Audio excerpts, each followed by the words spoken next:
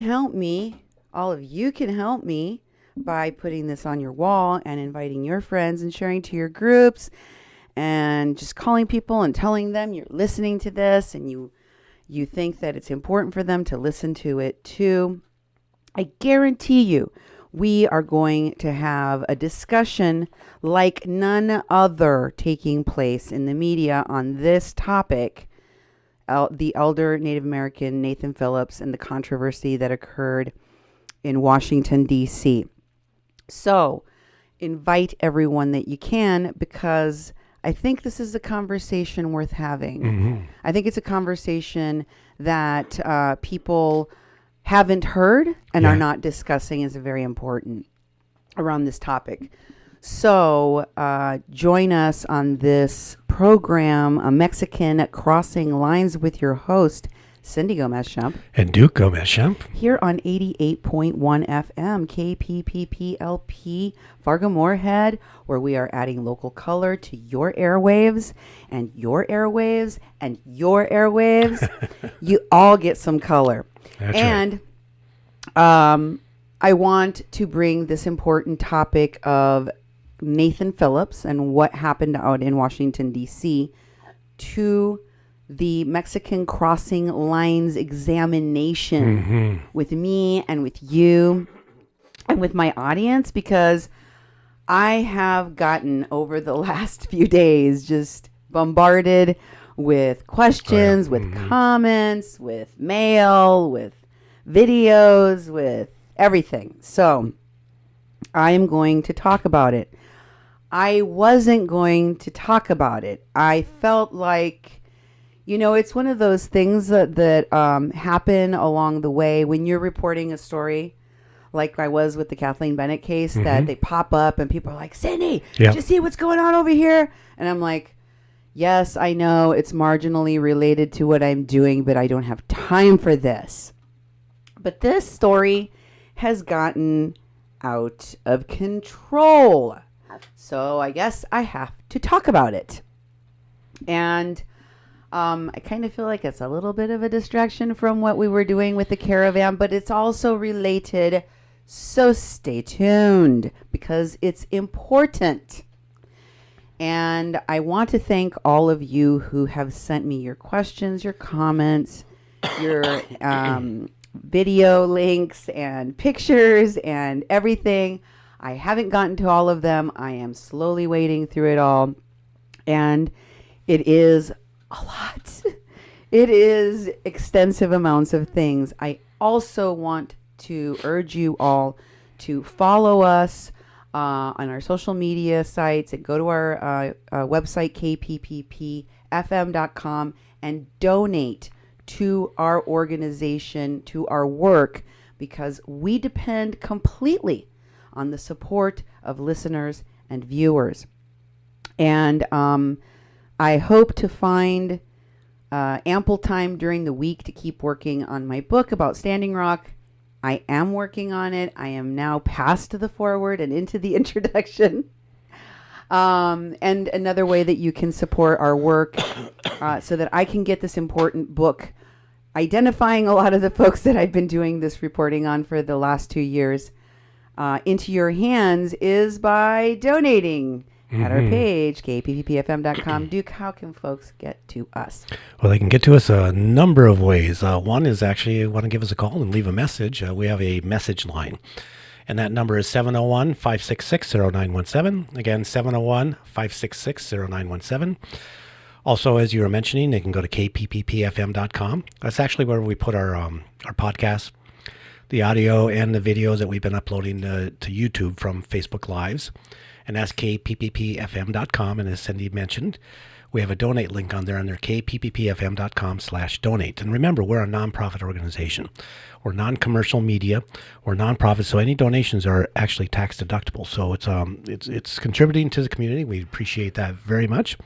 You can also follow us on Twitter at media_PPP. Old-fashioned email, Cindy at kpppfm.com, or me, Duke at kpppfm.com. And Facebook, where we get a lot of messages, and we really appreciate all the information people have been sending us. It's 88.1 FM Fargo-Moorhead.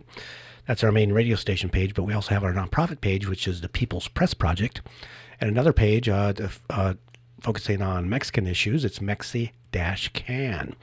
And then Cindy has a public Facebook page at Cindy Gomez-Schempp. If you search for that, you'll find her public page. And again, I do thank people for sending information in. As Cindy said, there's a lot to go through. And actually on today's topic, we received a lot of information. And I didn't know if Cindy was actually going to do a show on it because people have already brought up things and all sorts of things that already called to question what was going on, but couldn't help ourselves. We have some more details and how it connects to the migrant caravan, and it's just quite shocking. And so every time I'm seeing the news at like CNN putting out the false story and the fake news, it just really bothers me. So I'm really happy to be part of a show where we're actually exploring that. Oh, one more thing. On our YouTube channel, it's Duke 1517. That's my YouTube channel, and that's where we're uploading all the Mexican Crossing Lines shows. And there's a playlist called the Mexican Crossing Lines. So if you just go there and you subscribe, that would help us a lot, and you'd get notified every time we put a video up. And what I've been doing is putting the videos after the show. The videos go up. The web pages don't get done until maybe a day later. It's a little bit different process. But I try to get the YouTube videos up there right away because then people that don't have Facebook can actually watch the show. So we really appreciate everyone who supports us, everyone who promotes us, people that share our stuff out, all those shares. I see so many shares, the comments on our streams. We really appreciate it. I would like to ask you to, when you subscribe to our YouTube channel, because I know you're going to do it, I want you to hit that subscribe button and hit the bell button too, so that you'll get notified every time we do a new video. I know I hear a lot of people telling me that they subscribe to our Facebook page and they don't get our notifications when we do our live stream recordings. Yeah. And I don't know why that is. Yeah, because, hey, Facebook hates me. Also, if that's been happening to you, when you go on the live stream, there's a little spot in there that says get notifications whenever you go live. So you might have to re-notify because Facebook's always changing their stuff. That's why we're moving our videos to another platform. And we're still going to do Facebook because we have so many contacts and so many people across this country and internationally, all sorts of people. And so if you're on Facebook and watching this live stream, just go up and there's a button up there somewhere. I remember seeing it that get live notifications when this channel goes live. So all you have to do is go there, punch that down, and also as Cindy said on our YouTube channel, get the notifications. We don't do a lot of videos. I mean, usually it's like one after a show, another one after a show. So you're not going to get bombarded with notifications, but you'll get notified when a new video is up. And so that would be very much appreciated. And again, we thank everybody who's been participating. This is crowdsourcing news. This is crowdsourcing funding. This is crowdsourcing what that actually spreads out to thousands and thousands of people. So it's something really to be proud of, and it's something that helps build what we're doing. So everyone who participates is just thank you very much. I really appreciate all of us having these conversations together too, because it feels maddening sometimes when I look at social media and when I watch the news. Like you were saying, people are having a conversation, but it's the wrong conversation, and it's lacking so much depth, and it's lacking all of the this network of other stuff that's kind of behind it. I feel like a crazy person because we're talking about the racism of private Catholic schools, and look, I get it. If there's one thing I know about public schools or schools in general, or even private schools, it is that there is going to be racism. It's baked into America's, history. It's not just the private schools with the rich kids. We've talked about the problem that we have with frat boys in colleges. We talked about this.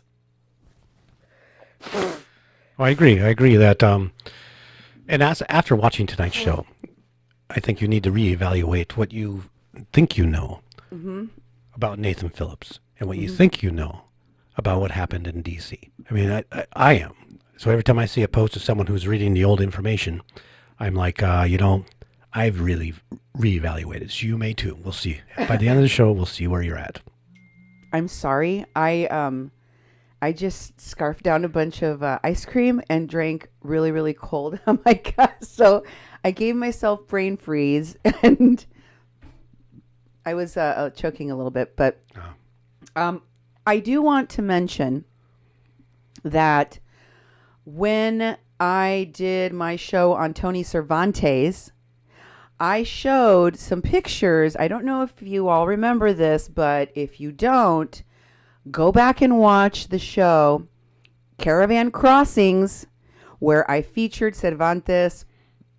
I talked about how Doug McLean was crossing the border back and forth, and Myron was crossing the border back and forth, and Evan was crossing the border back and forth, and that they were getting detained by the Department of Homeland Security and Customs and Border Patrol. That all of these people, and on my last show, I also showed in Spanish, I haven't gotten to tell you all, my English audience, about this, that Lilith Sinclair, who was also featured in the articles that were circulating about the 150 to 200 people that went to the border on New Year's Day and ended up in this clash with Border Patrol where they had pepper spray shot at them again and they had rubber bullets shot at them again, included Lilith Sinclair and Evan Duke in the article talking about how they were taking medical assistance, even though none of them are medics, to these caravan goers. They said we didn't organize any of it. We had nothing to do with it, right? All of that. Well, Lilith Sinclair also crossed the border again into the United States. And she too had some of her documents, including identifying IDs. She claims, allegedly, she claims that Customs and Border Patrol confiscated her items. She did not have her phone confiscated like Myron Dewey and like Evan Duke because she says she sent it ahead of time the day before with someone that does not do what she does, that is not in any way related to her activities, which I think is an interesting way for her to talk about her activities, right? So those folks, all of whom have been getting detained, interrogated by Homeland Security and Border Patrol for their activities, which they claim are not illegal. Repeatedly, they say, we're not doing anything illegal. We're not doing anything illegal. These folks, all of a sudden, not all of them, but some of them, some of the key figures I've been talking to you about lately, are associated with Nathan Phillips. Tony Cervantes featured him in many of her photos out of Standing Rock. Myron Dewey is connected to Mr. Phillips. But they're also connected to another guy I've shown you in past shows about my reporting on Kathleen Bennett's story. And also one of the people that was just detained on 2 occasions, according to his own videos, Doug McLean, the Santa guy that dressed up in Santas and that was featured in Truth Dig with that Michael Nagaro guy. Okay. He is now at the Indigenous Peoples March. So the same people that are inserting themselves into the migrant caravan crisis, putting themselves as the spokespeople for the caravan goers, while not even speaking Spanish, while not understanding immigration laws, as I have shown you, are making themselves front and center the authorities on the matter when it comes to the caravan crisis. And oh, by the way, could you please send some money? Could you please fork over some cash for the migrants, for the children? Do it for the children. And they cry, as Lolly B does in her videos, and says, it's so sad what's happening, as if she were the victim of the thing that is happening to the caravan goers. All the while, she is asking for your donations so that she, Evan Duke, Doug McLean, Brent Tucker? No. Tucker Carlson. No, that's the guy on TV. Tucker. Brendan Tucker. Yeah. Brendan Tucker. All of these folks I've been telling you about that are down there manipulating. They're not just documenting. They're not just there as human rights observers. They are orchestrating. They are creating chaos. They are telling people to go over the border. They are helping to push them over the border. They are helping to cross them illegally into the United States. And then once on this side, they are helping to get them sponsorships, and they are helping to get them out of detention centers when they're allowed out. But they are not able to guarantee that those people, and thousands of them, end up in detention for a long time, a year or longer. Months and months and months and months to a year to over a year. They can't guarantee that. They also can't guarantee that they won't be separated from their children once inside, or that they won't end up being abused in some way or even killed, as has happened to people that leadership of these organizations and groups have brought over from Central America before in an LGBTQIA caravan that came last year, and put into the hands of a detention center where she was brutally beaten before she died. Her name was Roxana. She was brought by one of the LGBTQ leaders of this caravan, who's a Mexican American, Harvard educated, Spanish speaking transgender activist connected to all of these Standing Rock phonies that I've been telling you about. And more recently, I've also exposed that a lot of these people have criminal records, criminal backgrounds. In the KPBS article that I shared on my Spanish speaking show, once again, this is information I have not shared with my English speaking audience, in which Evan Duke appears.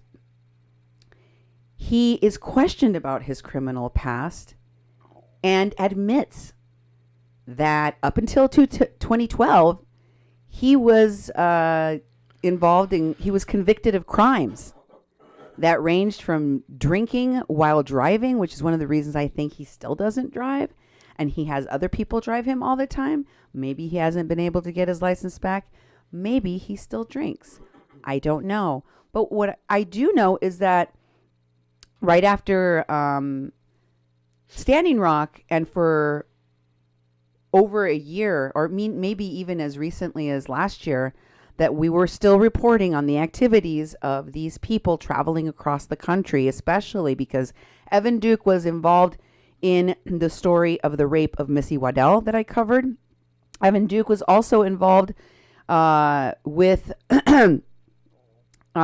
living with one of the rapists, Chelsea Lyons Kent, that raped a reporter, along with Jordan Sheridan and Ty Bayless of TYT, formerly of TYT. Jordan Sheridan was fired or let go, something like that.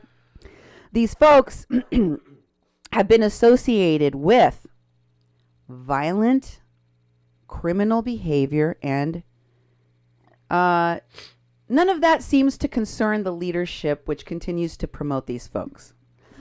With all of that said, let me show you where Doug McLean is now, because he literally was just in Tijuana several days ago. We were showing you videos of him in the Mexico side, taking a video saying that he had been detained after he was talking about Myron being detained. And then in the United States side, in a video I didn't show on my show that was taken later, he said he was on the U.S. side, but talked about getting detained once again. And here's where he ended up next. Hey, thanks for stepping into our reality. Every time we see Doug, it's just amazing. It's good, so good. It's a pleasure. It's such a blessing to be here with you. Thank you, Chase. So there you go. There's sort of a wrap up from Chase Iron Eyes, and singing and drumming and circle dances here in front of the Lincoln Memorial with the Washington Monument behind us, and Indigenous Peoples March and Rally today, setting a very grounded place for the Women's March tomorrow. Both movements, women-led, the rebirth of the feminine and the returning of our love of sacred Mother Earth and our place in nature as part of nature, not dominating nature, not subjugating nature to economic or political paradigms. I'm fresh back from Tijuana and seeing that the border wall there is being built 24 hours a day, 7 days a week, while the government is shut down. Somehow, somebody is paying those guys, and those are government grants, those are government contracts that have not been shut down.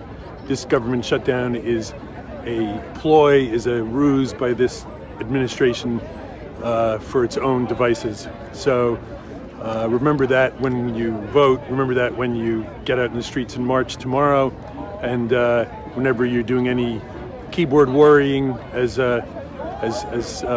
Chase just said, or any other reaching out to your community, your family, your loved ones, your friends, to mobilize, to renew, restore, revitalize our humanity, our democracy, our connection as one tribe, one race, one planet together on Earth. Aho, my relatives.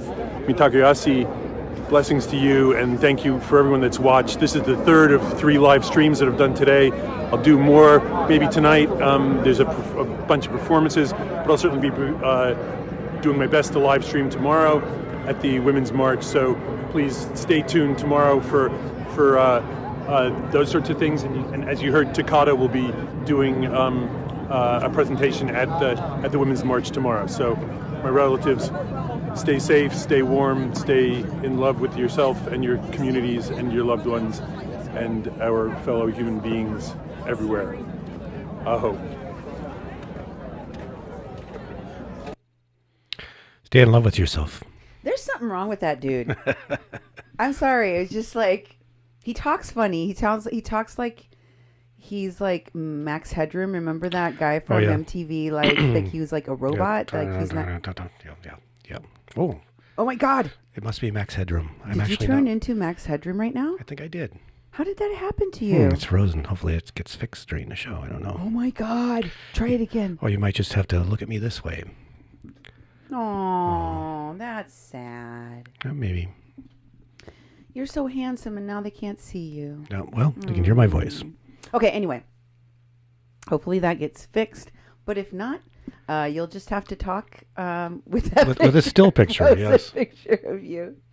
I wanted to point out, though, from what he did say about what his coverage is, that Chase Iron Eyes didn't just happen to run into Doug McLean, because they travel together. These folks, they do these actions together, and they have a whole host of photographers and videographers and media platforms, that most of the ones that were created out at Standing Rock, like Indigenous Life Movement, who was originally started by William Hawk, but which is run entirely now for years by Doug McLean exclusively. So the question that begs here is, what is Indigenous movements? Why are Indigenous movements in their entirety? Why are all of these Indigenous-led movements almost entirely co-opted? Their Facebook pages run by people that are not Indigenous and in many cases are white.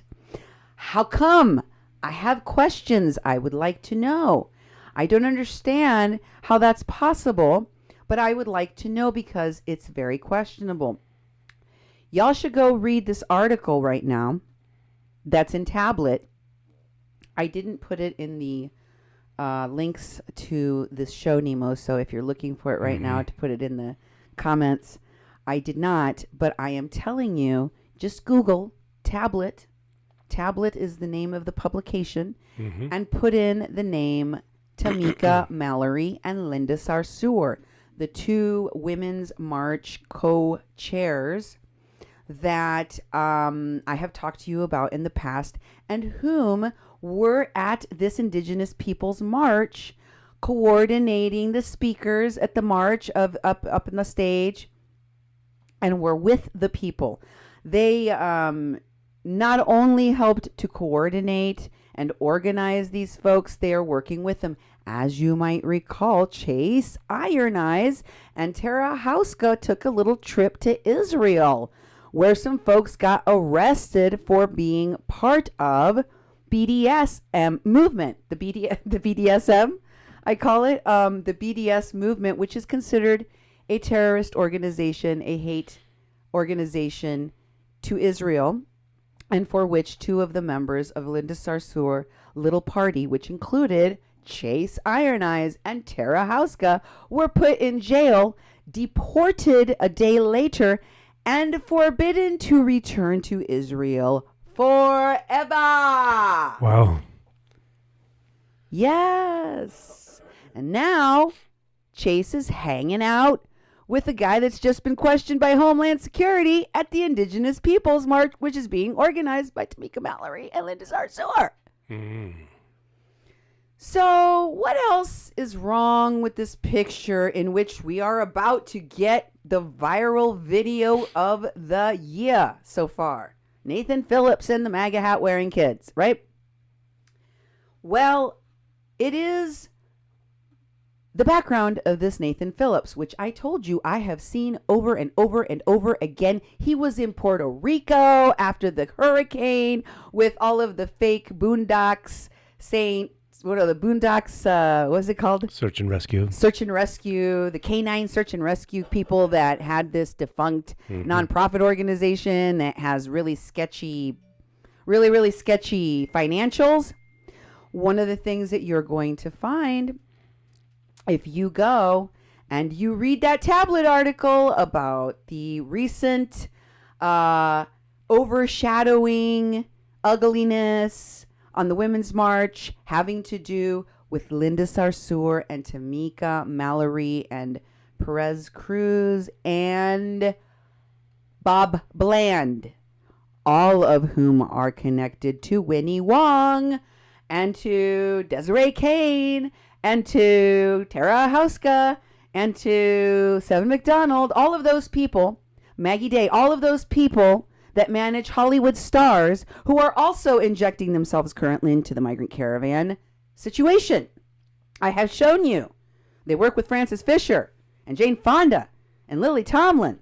Go back and watch my Hollywood Celebrities show related to this caravan. All of these folks also have political ties and political leanings.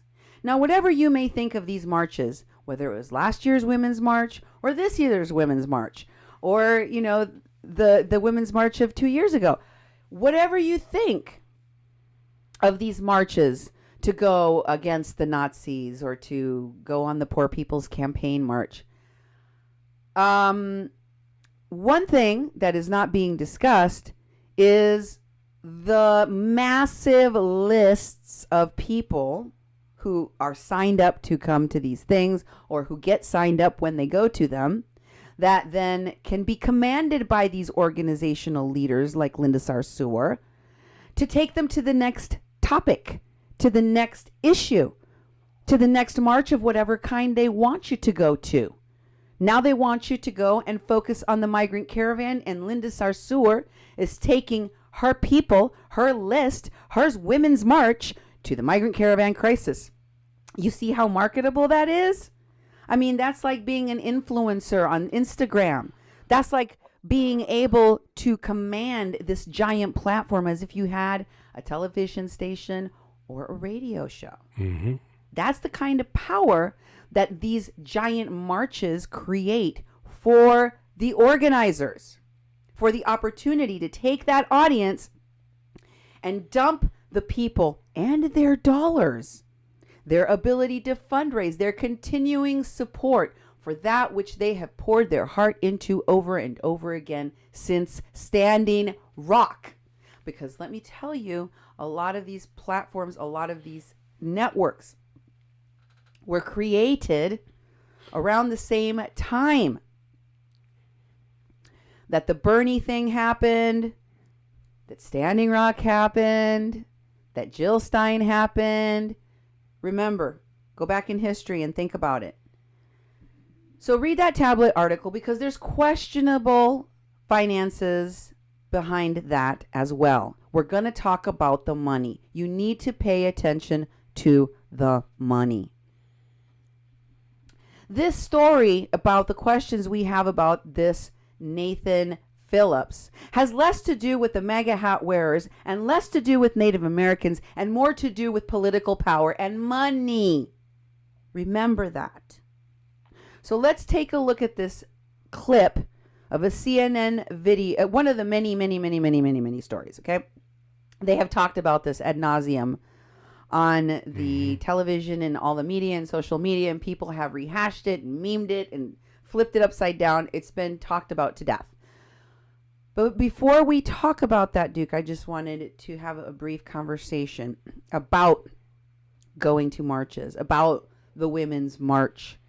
The first time it happened, what's happening with it now, who is behind it, why, what's really happening at these marches from a perspective of an organizer now, not as my husband or my co-host or as a media person, but as an organizer. What's the ask? What's the call to action here? How is this? What is it for? Well, my camera's frozen. Maybe I can try to work on that and talk at the same time. Okay, good. It's off. Nope, not there. Well, when you mobilize a group of people, the idea is that you're putting attention towards an issue, and I think these people haven't been trained wrong. I think that they haven't been... Nope, I'm still frozen. Well, you're just going to have to think of me as calling into the show. Yeah, that's just cool. One still shot. It's me. I'm actually physically here, but my camera is frozen for some reason. This hasn't happened before, but I can't shut off the program because we go off the air. But when it comes to doing a mobilization, the Alinsky model of organizing was always that you do a demonstration as the last resort, because the idea is you're always trying to get to the bargaining table. The whole idea about organizing is to be able to negotiate, to have enough power to actually negotiate with people in power to get what you want. So when people started doing these marches where they just have, hundreds of thousands of people show up and rally on the, Capitol steps, it's got to be placed with some sort of action that actually does something. People haven't been doing that. I mean, people go to this like it's a Sunday out.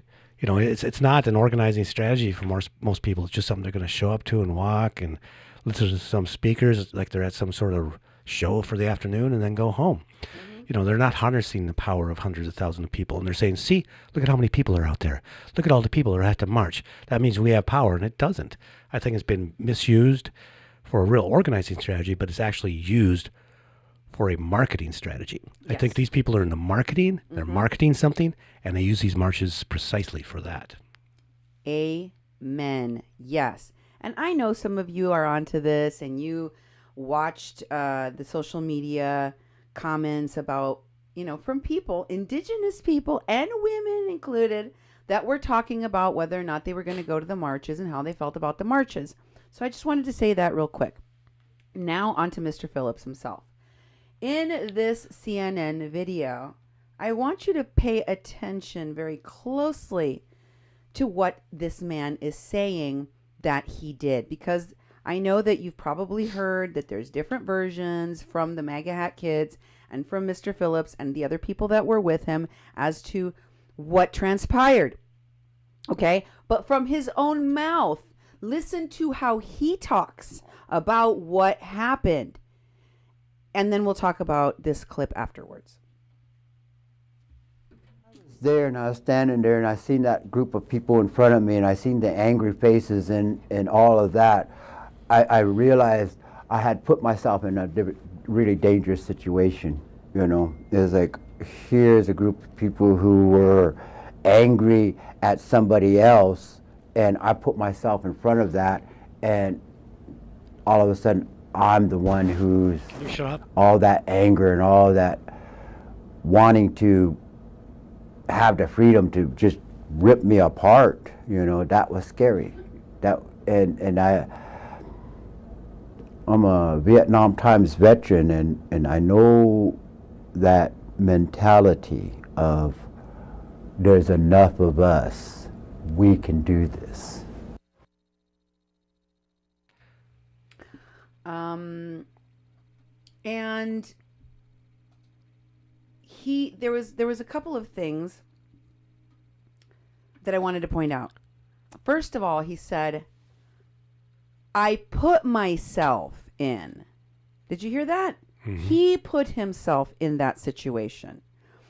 The way that this story was portrayed originally, and yes, even though the media jumped the gun, the way that it was originally put out there, and this was very purposeful, was misleading, and the story evolved and changed, and even Mr. Phillips started saying, yes, it's true, because there was video. There's lots and lots and lots of videos that show what happened, hours of videos mm-hmm. that show what was going on in the moments before this occurred, right?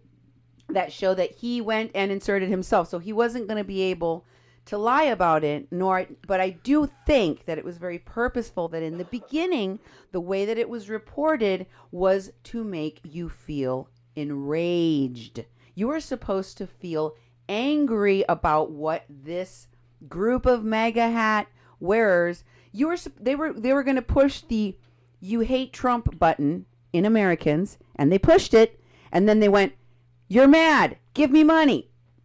And it works. Yeah. It works so beautifully. I watched everyone flip out over this story. Immediately they're like, I am so mad. And they took to Twitter and they took to Facebook and they posted and posted and posted.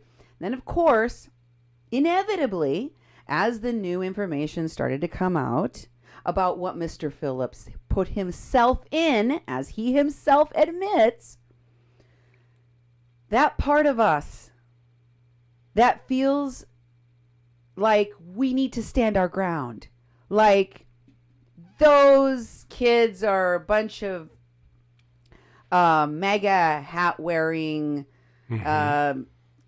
Private school going, privileged white kids. So I'm not going to feel sorry that I misperceived and probably already posted about how much I hate them on my social mm-hmm. media feed. I'm not going to take it down now.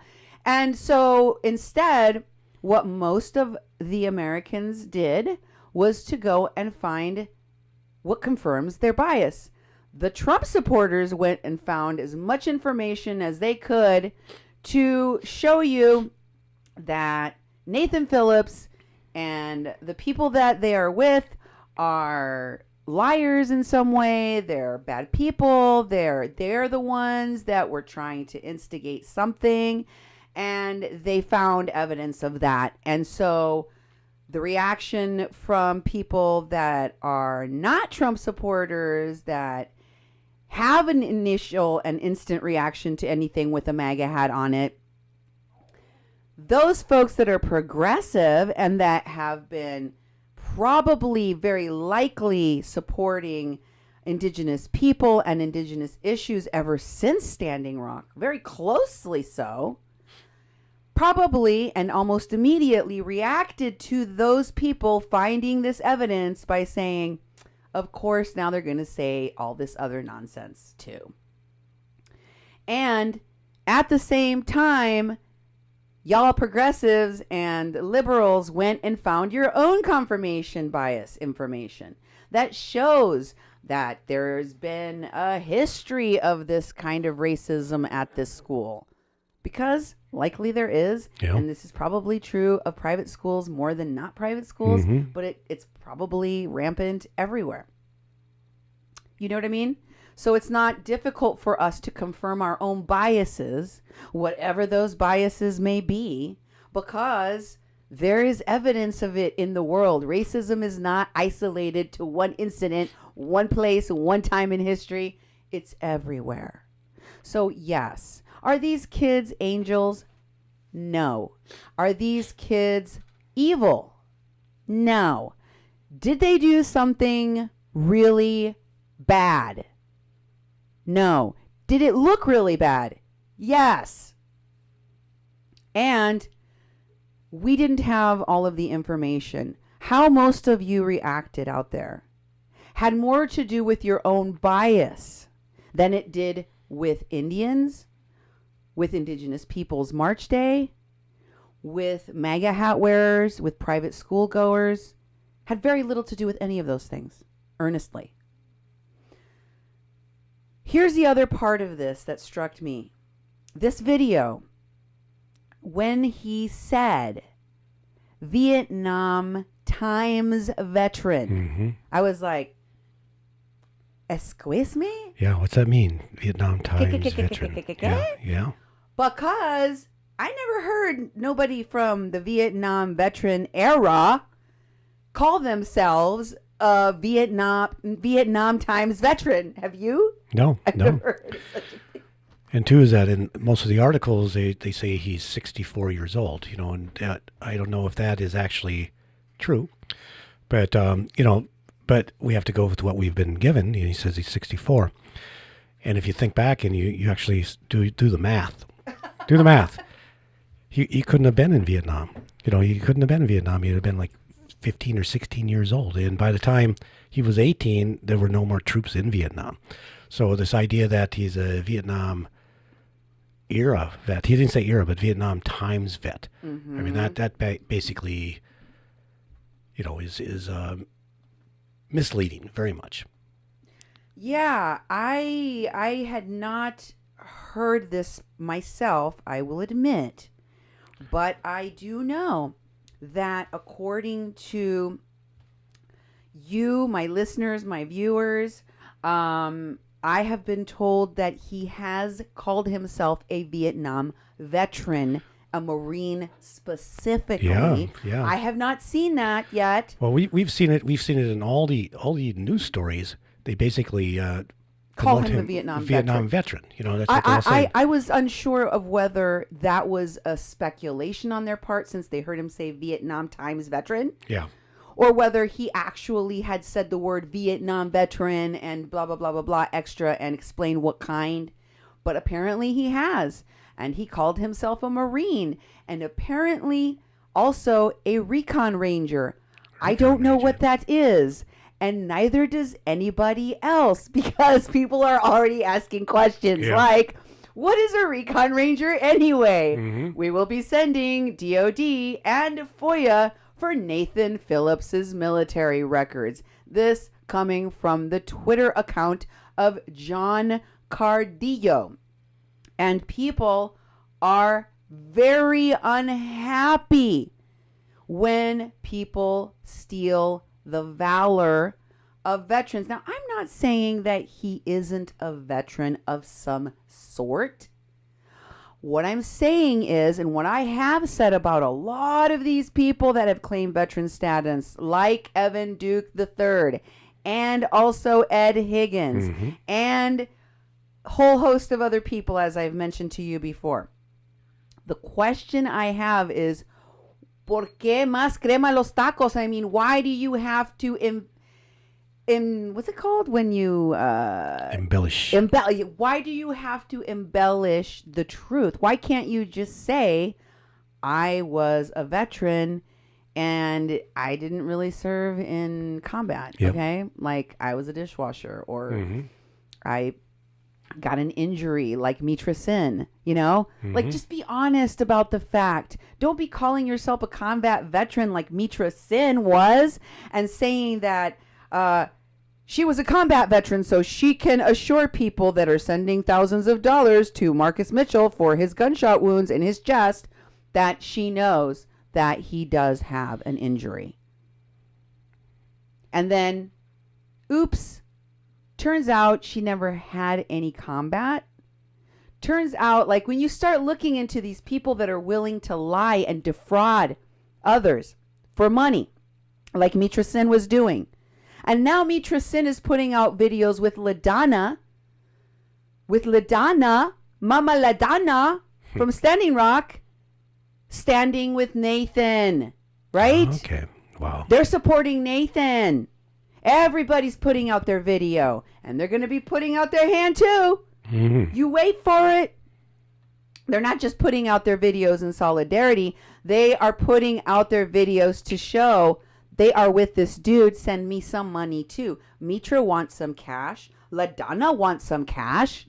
All of these Standing Rock phonies want your money. They want your dollar. They want your vote too. When it comes time, they want you to vote for the Justice Democrats. They want you to vote for the people that they have put forward. They want you to vote for Tulsi. They want you to vote, right? They're going to tell you how to vote, where to go vote, how to do it. Here's another NBC video I want you to take a look at. Here's some clips. I have the whole YouTube video linked also for the CNN one and the NBC one. So if you want to go watch the whole thing for yourself, I'm just going to point out some things that we can talk about. Here's that clip. Who allows the children to treat others that way? Who teaches our children that? Sometimes somebody has to stand in the way, even if it means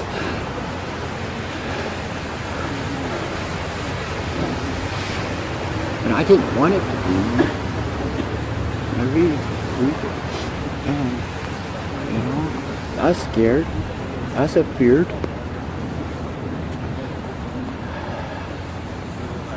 But no buts. We have to stand strong. We have to stand for our future, for our generations yet to come. We can't be weak now. There's no time for stepping back and saying somebody else can do it. There's no time saying that there's not enough of us.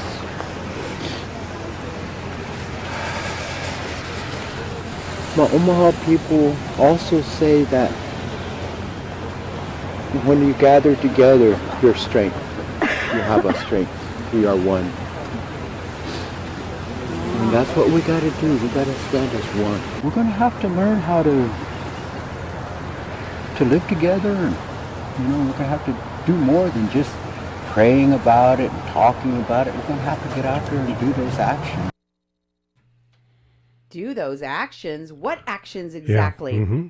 What actions? I want to know, because when Nia Locke turned on the waterworks recently when she was talking about how she knows what it's like down in Tijuana because it reminds her of Standing Rock and the rubber bullets and the gas, and oh my God, we have to do more action. This is the time now, and now is the time we have to do more action. What action? Because what they were saying is civil disobedience. That was the catchphrase in Nia Locke's video. And when these people turn on the waterworks, it only means one of two things. They want you to go get arrested, or they want your money. They want your cash, or they want you in jail. One of the two things. You get to pick which one. But it's usually one of those two things. And I'm hearing those messages again. I've shown you repeatedly how they elicit what they are asking from you.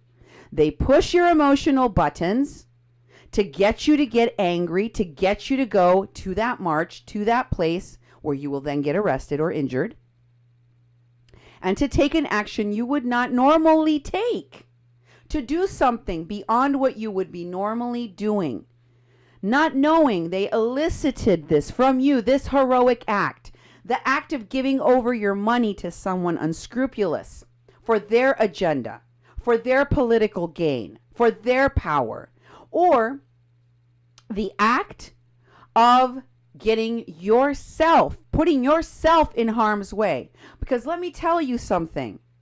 They have lawyers at the ready to get them out of jail when they go to get fake arrested for their photo opportunity, as I have shown you. Many of them did. I showed you that they have corrupt, yes, I will say it, corrupt lawyers. associated not only with the people that were helping those folks at Standing Rock, but also with the people that are now down there in Tijuana, across the border, giving advice to the folks in the migrant caravan, like the horrible advice they gave them to hold the Viento y Marea warehouse shelter open against the federal authorities that said it needed to be, what's the word? Condemned. Condemned, that it was condemned due to health reasons, while they held a child with 103, was it 102 point something fever, almost 103 fever, and the beginnings of pneumonia in her lungs, liquid in her lungs, for 3 days, a 2-year-old. They stayed in this warehouse with a kid that could have died at the advice of lawyers like these. Okay? This is the kind of thing that some of these folks in these legal teams are advising.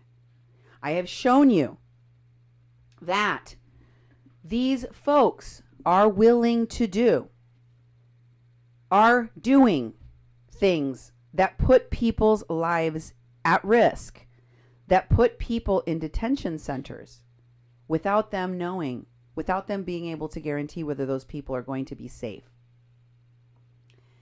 And so it is for that reason that I think that we have to examine more closely, why are they pushing your buttons with this Nathan thing, and where is it going to take you?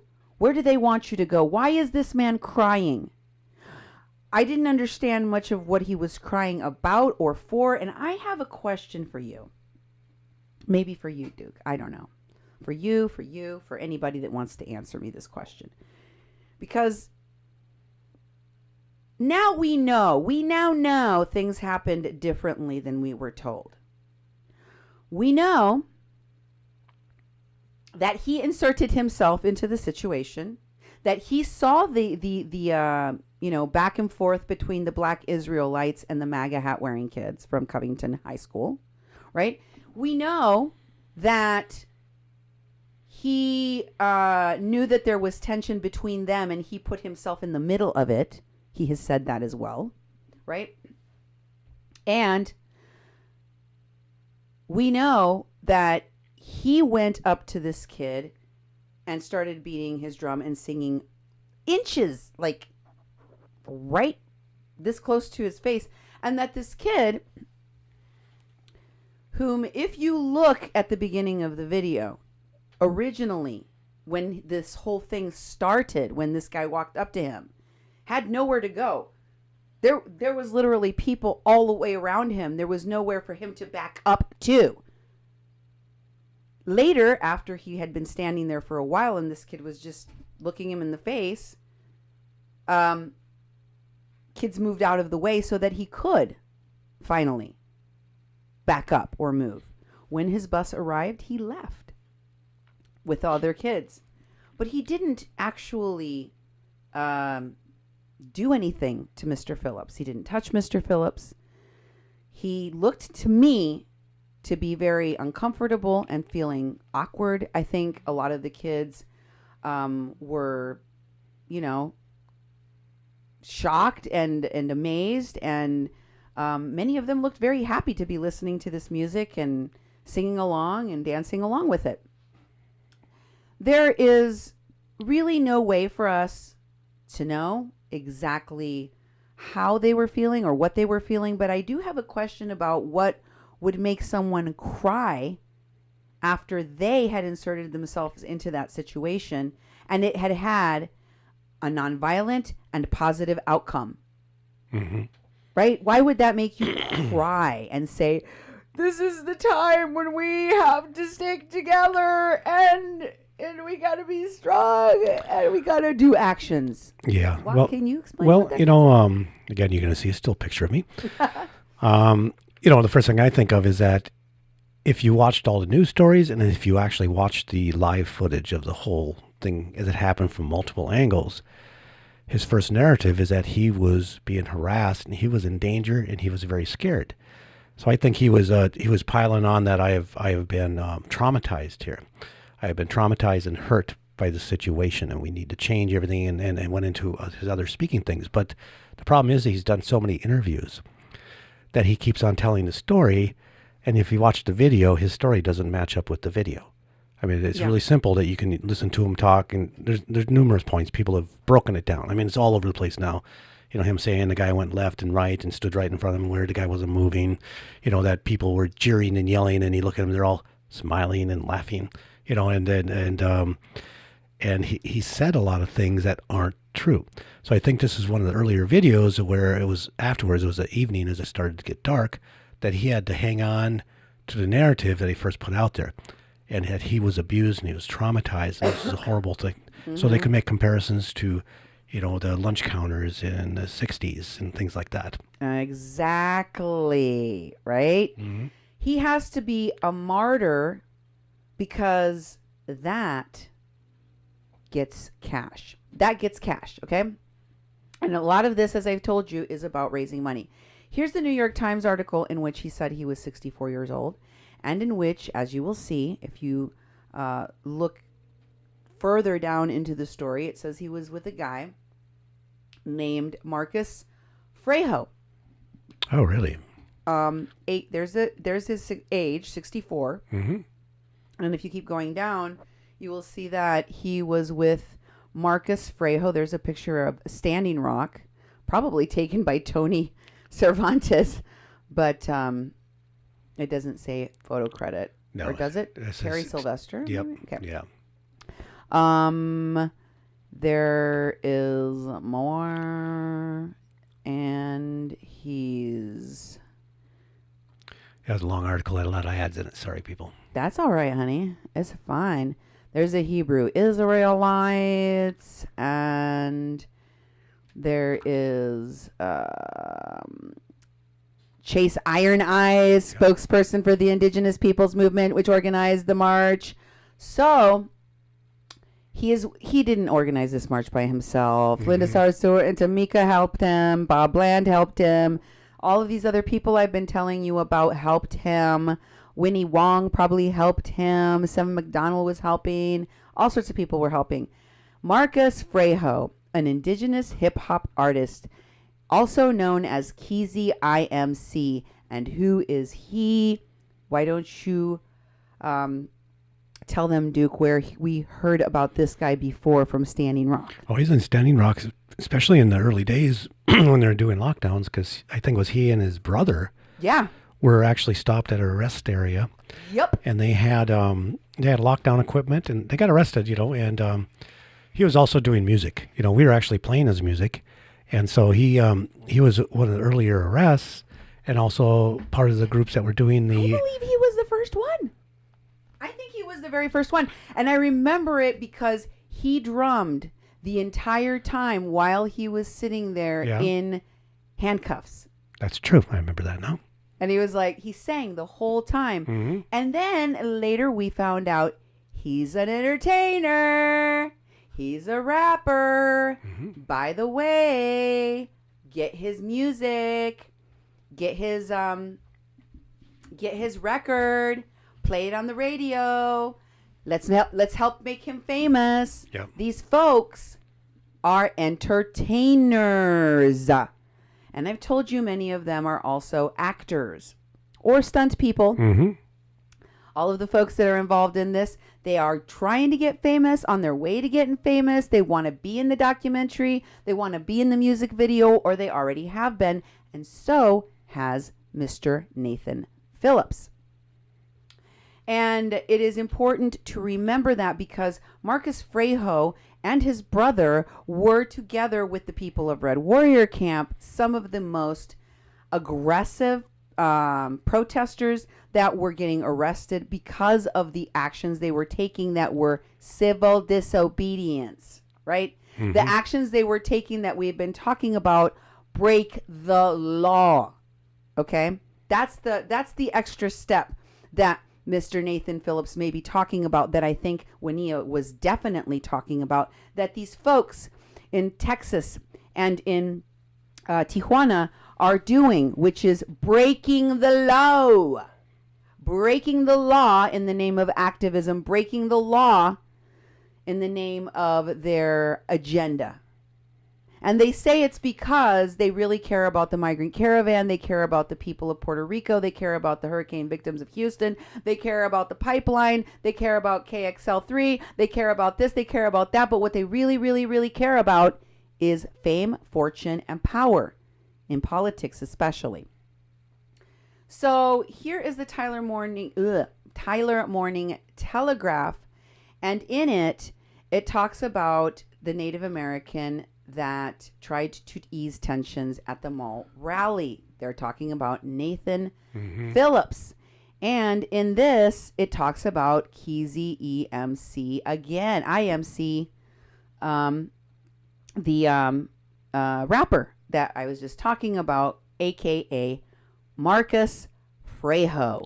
And he is referred to in this article as Chief Keezy EMC. Oh, Really? it says right there, Vietnam War veteran who holds an annual ceremony honoring the Native American veterans at Arlington National Cemetery. That's an important piece of information because they're telling you more about him. And his group is highlighted here. And it says that Chief Keezy IMC said he had been a part of the march and was among a small group of people remaining after the rally when the boisterous students began chanting slogans such as "Make America Great Again" and then began doing the haka, a traditional Maori dance. It was a school cheer.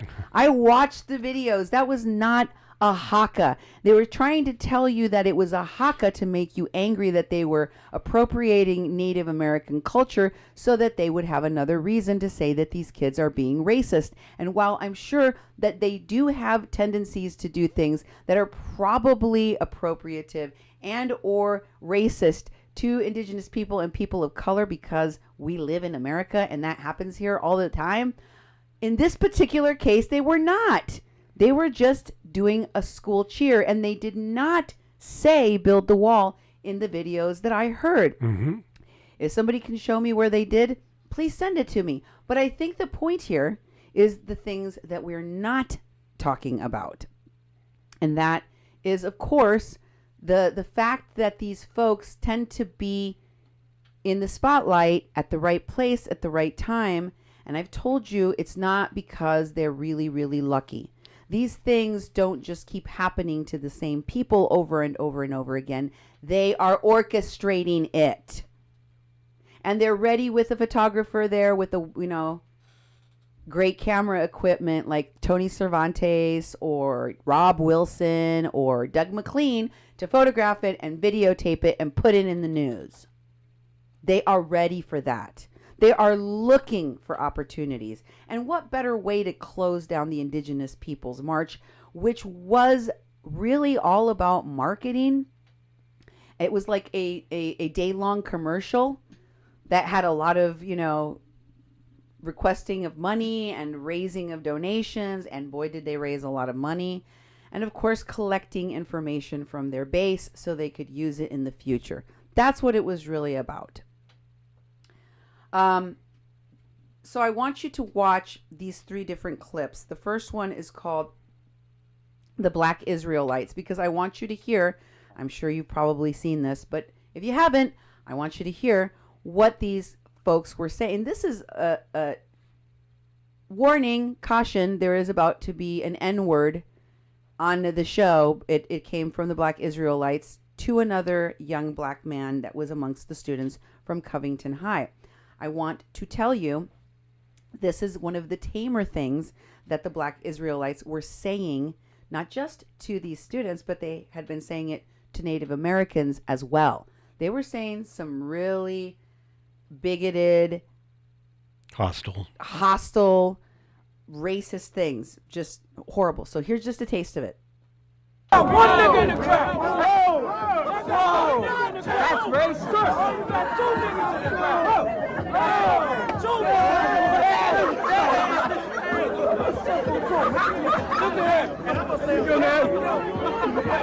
When you get old enough, they're gonna steal your organs. That's fine. Whoa, hey, we love you, bro. Hey, we love you, kid. Hey, we love you. Get out. nigga. Get out, nigga. Get out, nigga. Get out, nigga. You ain't see the movie? Why you being mean? Get out, nigga. Why are you waiting? Okay, so I just want to point out that the people that are sharing this story and very proud of Mr. Phillips and defending him and feeling outrage on his behalf and demanding some kind of justice or putting money into his organization currently. Also, by virtue of this story, because of the way it was framed, because of the way it's been discussed, creating a false sense of outrage, misplaced perhaps, or embellished unnecessarily against these kids who were being harassed by these adult black Israelite males who then came to the defense of Nathan Phillips, and then the Native American leadership also defended the black Israelites who were saying awful things, including the F word, but not the one that you're thinking of. It's a gay slur, right? They were using that one.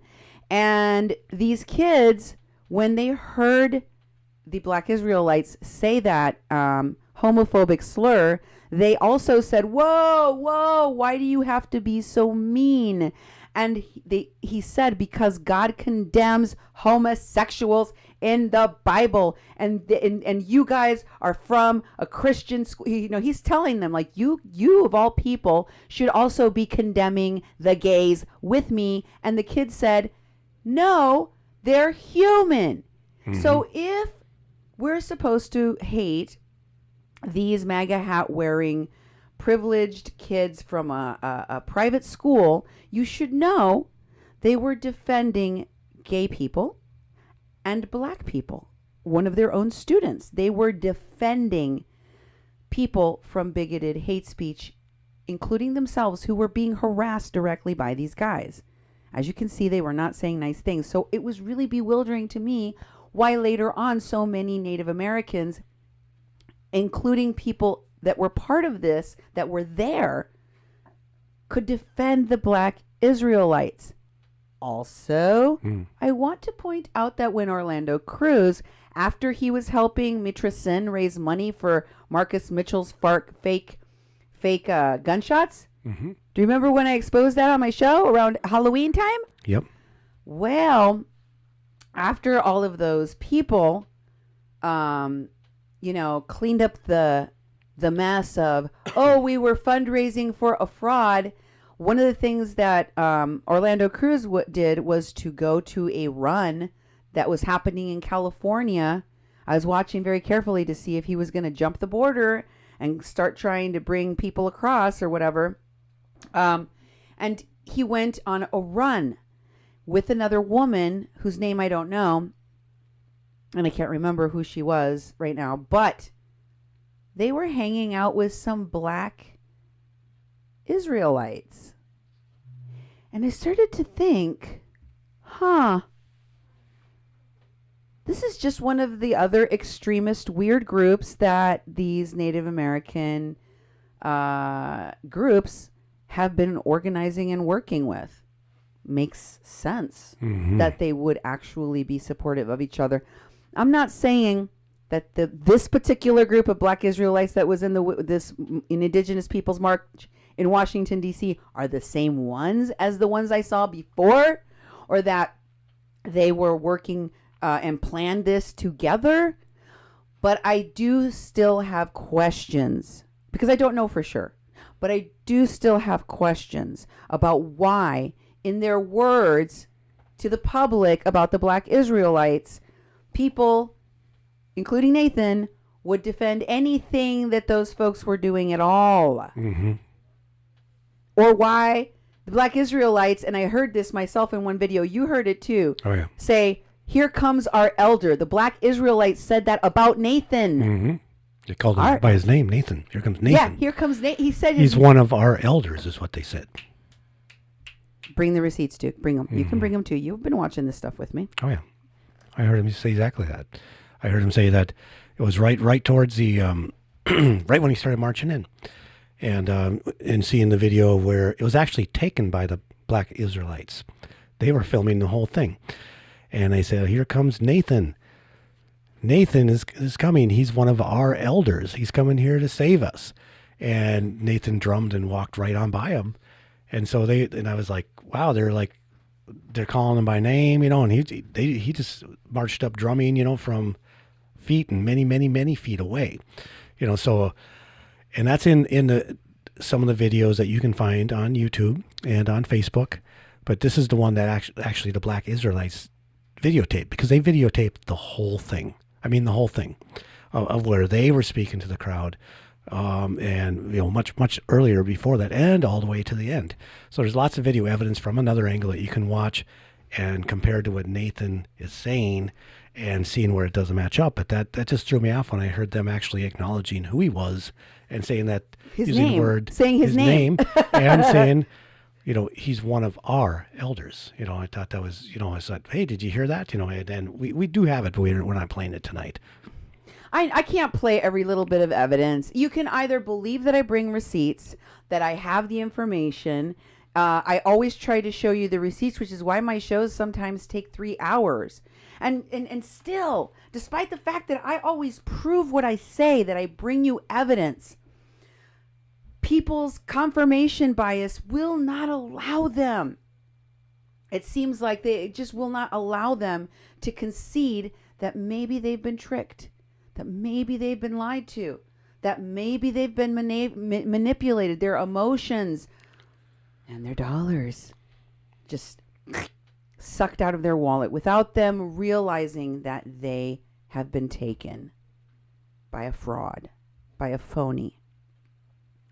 It's hard. It makes you feel stupid.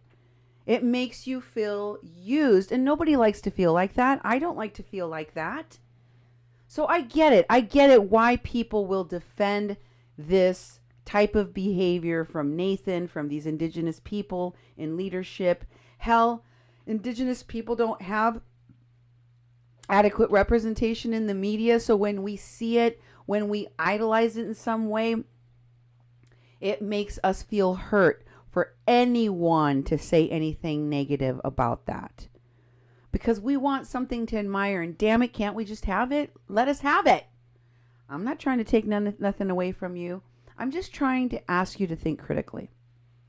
Think critically, because in the having of it, and in this case, we're talking about Nathan Phillips as a hero, as a veteran, as a Native American elder, as a leader of the youth, as the whatever you want to label him.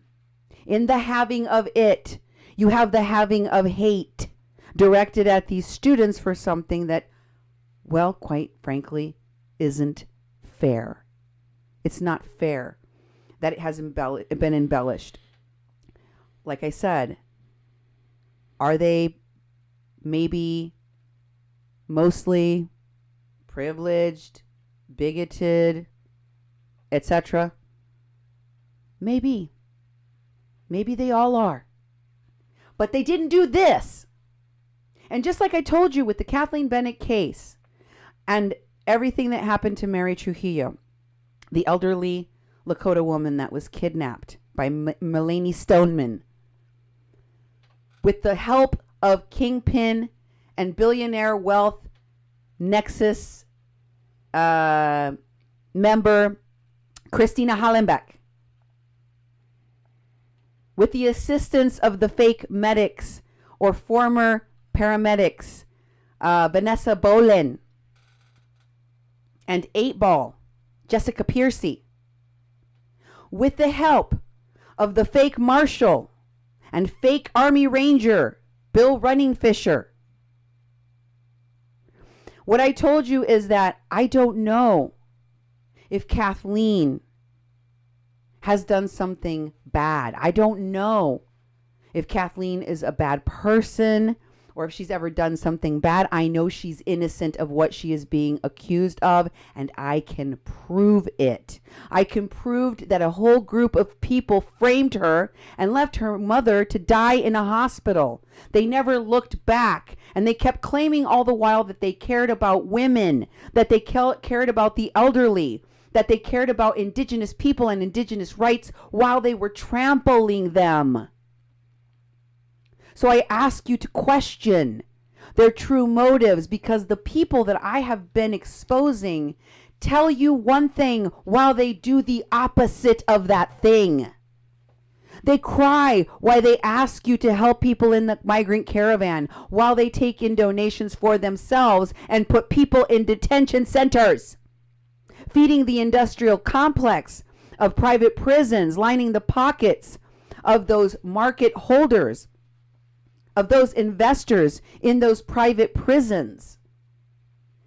And even after they put those people in detention, they're going to keep on milking you for money, supposedly for the people that they put in detention. Did you know that immigration to this country was at an all-time record low of 50 years? Do you know how much that hurt the investors in those private prisons? So all of these people that are helping funnel them by the thousands now, suddenly this created caravan crisis is giving Trump all of the talking points he needs to beg for his wall money, and filling the private detention centers.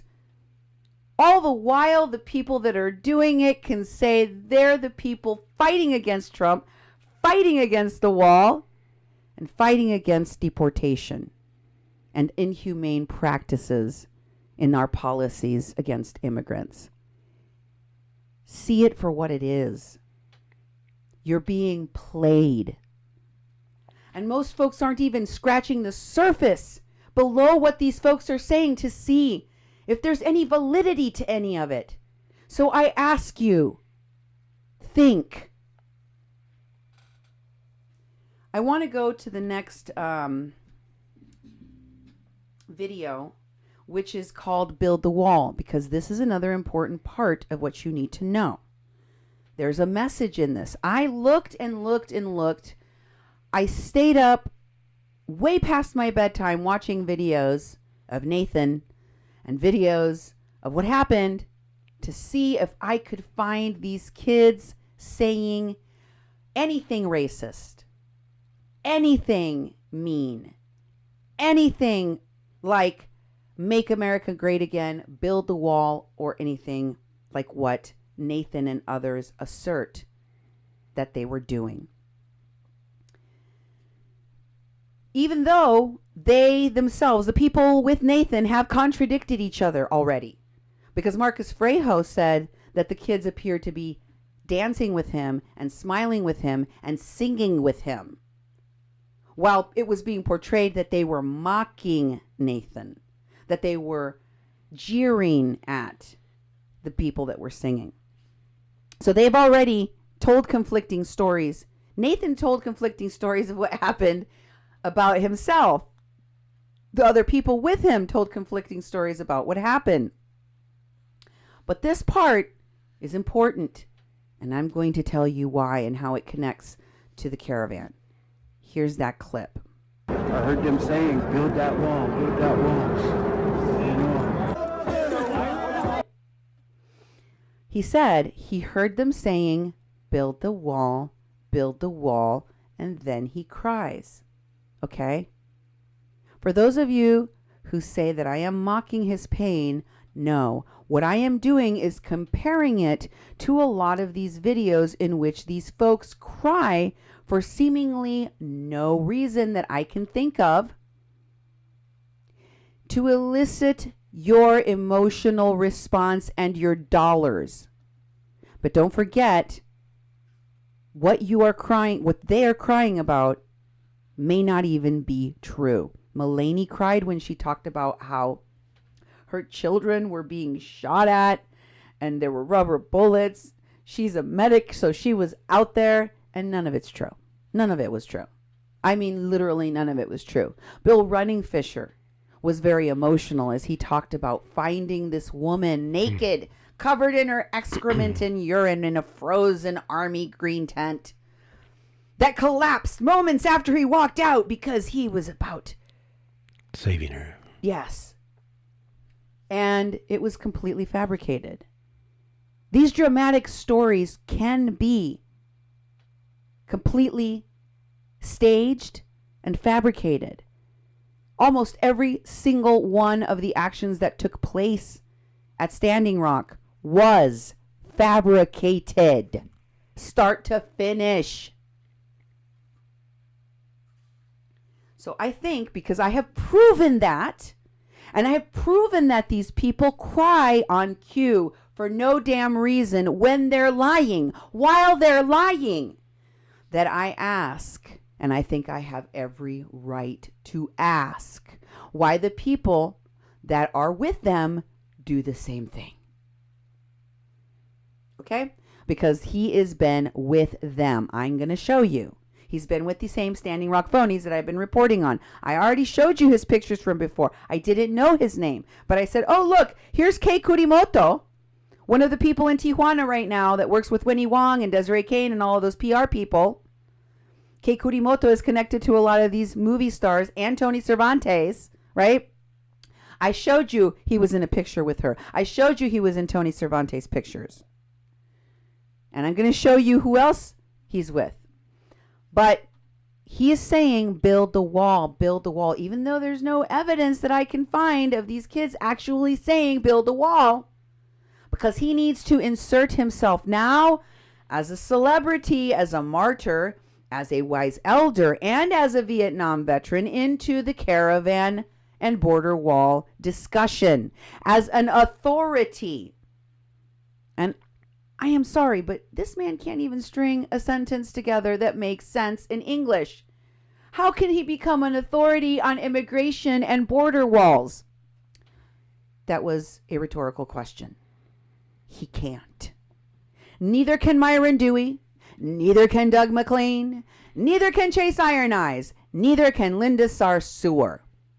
And here is a Mexican crossing lines that is here to tell you, y te lo puedo decir en español si prefieres, they do not have a place in this discussion that does not primarily affect them and which they know little to nothing about. So wait for it, because he is trying. All of these indigenous elders and leaders are desperately trying to astroturf and exploit the migrant caravan and its issues, its topic, when they should not be putting themselves, people that do not get directly affected by this issue, at the forefront as experts speaking on this issue. Stay in your lane. Take 4 seats. Cállese. You need to wait to be asked to chime in on this issue. Nobody's asking. So the third clip, he talks about why he's so choked up about the walls and why he's so choked up about these kids saying build the wall, when we can't find any evidence that they even said this. Why is he fabricating that part of it? Why is this extra embellishment that's unnecessary added to the conversation? Here's why. This is indigenous lands. We're not supposed to have walls here. We never did. He says, we're not supposed to have walls. We never did. Right? That's true. But guess what? There is one. We didn't have immigration policy or a democratic government, republic. We didn't have countries. We didn't have states. There's a lot of things we didn't have in the past, but they're here now, right? We can admit the reality of where we are at this moment, can we not? The reason, folks, I should have worn a bib tonight, Duke. I spilled it myself twice already. The reason, folks, that these folks keep saying what they're saying, the prophecy of the eagle and the condor, and what it means. Why are they telling people in the caravan, as I have told you, that this means that indigenous people will reclaim their lands and that the injustices of the past will be corrected and that there will be no more borders, no more walls. There will be free migration. Migration is a right. And also, why are they saying no border wall and everybody has the right to ask for asylum? Do they have a magic wand? Do they have a magic lamp that will make the border wall disappear, change the immigration laws overnight,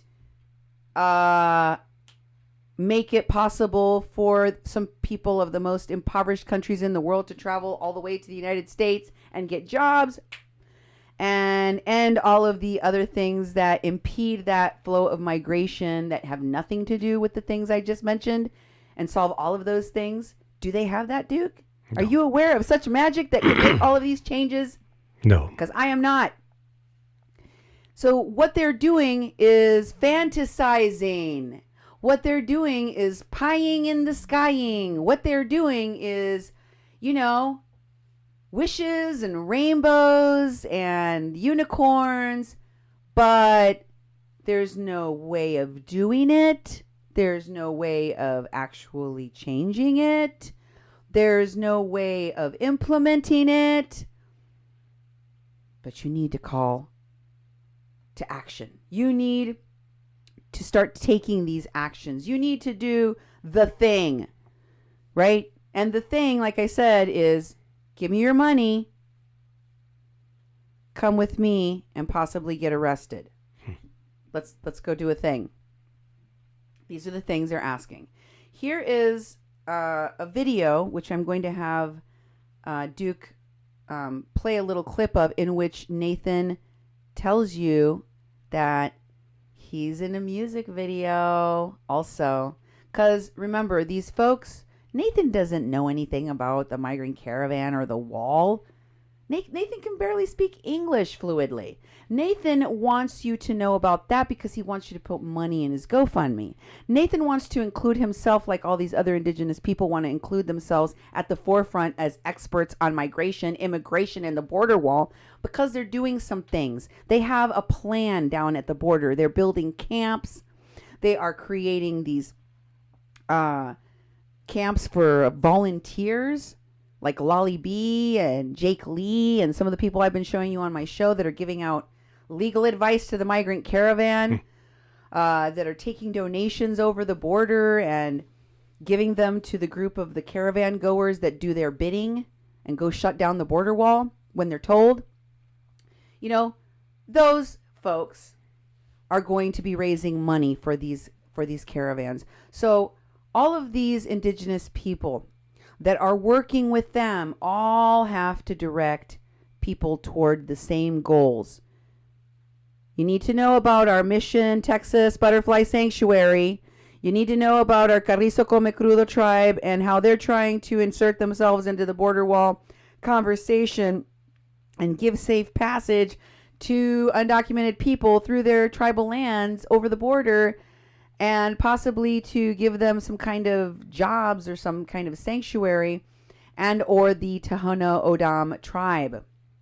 As I have told you, they are working on a whole bunch of different issues that will inject them into the conversation of migrants and the caravans that are being generated for political purposes, really, so that they can get a piece of the pie. And by pie, I mean money, because it is the number one issue on the minds of Americans, and right now also on the minds of Central Americans and even Mexicans.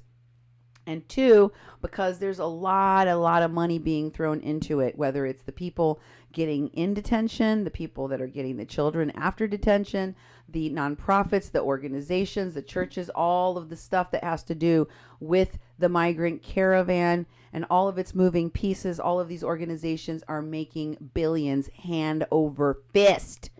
And these folks want a piece of it. Never mind that they don't have any experience. They don't have any knowledge. They're probably going to do more harm than good. They are giving bad advice to people, and they're working with people that break the law and or have broken the law by themselves and or are probably still breaking the law right now, breaking the law to do the things that they claim that they're doing to help these people. Never mind that. Give them the money, not the Mexican people that are actually doing this work and have been doing it for a long time. Don't give them the money, not the people that actually know more about immigration law, sponsoring people that get out of detention and the real costs of doing these things. Never mind.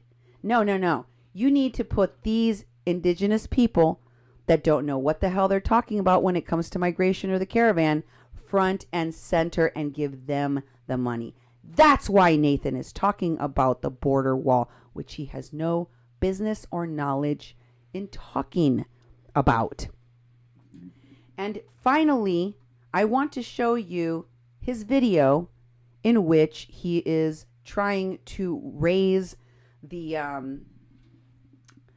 profile of his popularity, right? Ultimately, a lot of these folks have IMDb's and they're trying to build a resume. You know, they want to get in the next movie, yo. So here's Nathan in the Skrillex video. Shout out. He's saying, "Hey everybody, I was in a music video. Thanks, Skrillex." What's your name? Nate Phillips. I'm the Executive Director of Native Youth Alliance. You can like me on the Facebook, Native Youth Alliance. We got 452 people here, so everyone, one more time? Native Youth Alliance. On Facebook. On Facebook, Native Youth Alliance at gmail.com. And my name is Nate Phillips. And, shout out to Skrillex. Thanks for putting me in your video. Your Skrillex video? Make it burn them. When did that happen? Oh, let's see, in 2012, my wife's cancer came back really strong, and about that time, the kids really needed something to put their minds on something else. We answered what they call it, a casting call? Yeah. And the producer said, "Oh, we like you guys. Put us in the video." Yeah, they gave us both the $400, and they gave my daughter a couple $100 for using her white wolf. But then my wife's cancer got worse, and state came in and confiscated our wolf. Look, I am for putting more indigenous and Mexican and black faces in entertainment, in movies, in media, and representing who we are and the beauty of the variety and the depth of our, knowledge and what we have to offer as people. But I don't like the lying part. I don't like the emotional manipulation part. I don't like the putting false charges on people or creating a false sense of outrage. I don't like the astroturfing of issues. I don't like the fake virtue signaling. I don't like the dishonesty of what these folks are doing. Do you get that? Mm-hmm. Can you distinguish the two, one thing from the other? Because I feel that when I bring these criticisms forward, people immediately have a really bad reaction to it and think I'm being racist. And I don't know. What do you think, Duke?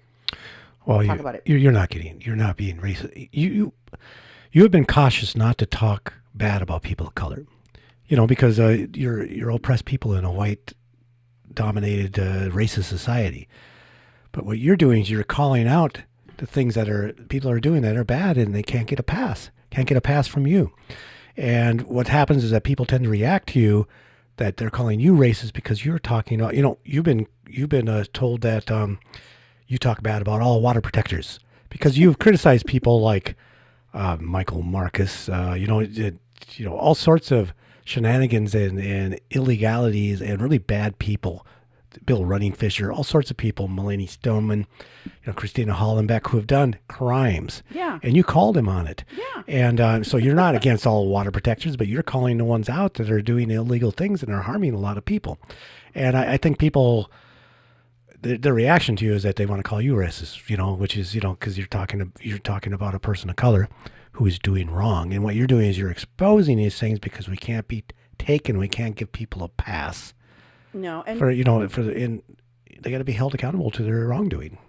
I also feel like we deserve better as people of color, as indigenous people, as Mexican people. We deserve a worthy representative. We deserve a worthy spokesperson on any given issue, not the worst possible with a criminal background, don't know how to talk, lies through his teeth or her teeth, out there committing crimes and doing the opposite of what they claim representative.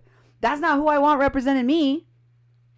It makes me angry when that is what we are given and people are like, you're tearing down your own people because I have a right to a different kind of representation, especially on topics that mostly are impacting me directly, like immigration. Okay? This is a topic that is near and dear to my heart. And of course, I'm going to speak out against those who are astroturfing this issue and exploiting the people that I have been trying to help, because this is not helping.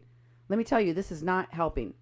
Here's that Skrillex video that he was in case you don't know it or didn't remember that Nathan Phillips is an entertainer too. Here he is. And you want it without the sound? So I want it without the sound. Okay. People will recognize it. I think people will be able to see. Here he is sitting on the steps, and there is an eagle and an eviction notice, and then this kid who is, I believe, supposed to be his son, is walking up, and the sheriff is there to take their things and get them out of there, and he starts dancing. I think that there's more of him, but there's, his dance basically has this effect that stops the eviction, that stops them from having to leave, and I don't know how they get rid of the cop, but there's some creative way that the cop goes away. And it's all because of this kid dancing, because he's using his traditions, and he's leaning on his indigenous culture to help him. And there's, a bunch of other people being evicted in other homes too. And there's black people being removed, and the white people, and who I'm sure is like the landowner, or the property owner, and the sheriff are over there smirking and talking, and then the rain starts to come down, and because of the dance, and they all stand in the rain and look at at the sky. He's in the video all the way to the end with there was like a wolf or something, or anyway. Okay, that's enough. Y'all remember that video, right? Yeah. Y'all remember? He wasn't just in a little piece of the video. He was in the whole video. thing. He was featured. He's the dad in the story, right? It's very well done too. The filming of it was a great excellent. song, great video. When I first came out, I was like, "Damn, this is cool." So anyway, he's on the rise, and there is also questions that I have about some of the other people that were with him, because you have to ask questions, okay, before you make a deduction of what happened, and you get angry all about it and you start sending your money somewhere. You need to find out, is your we just went off the air. What happened? What happened? I have no idea. I can't tell you. That's weird. I guess we're going to have to do a part 2. Stop the clock.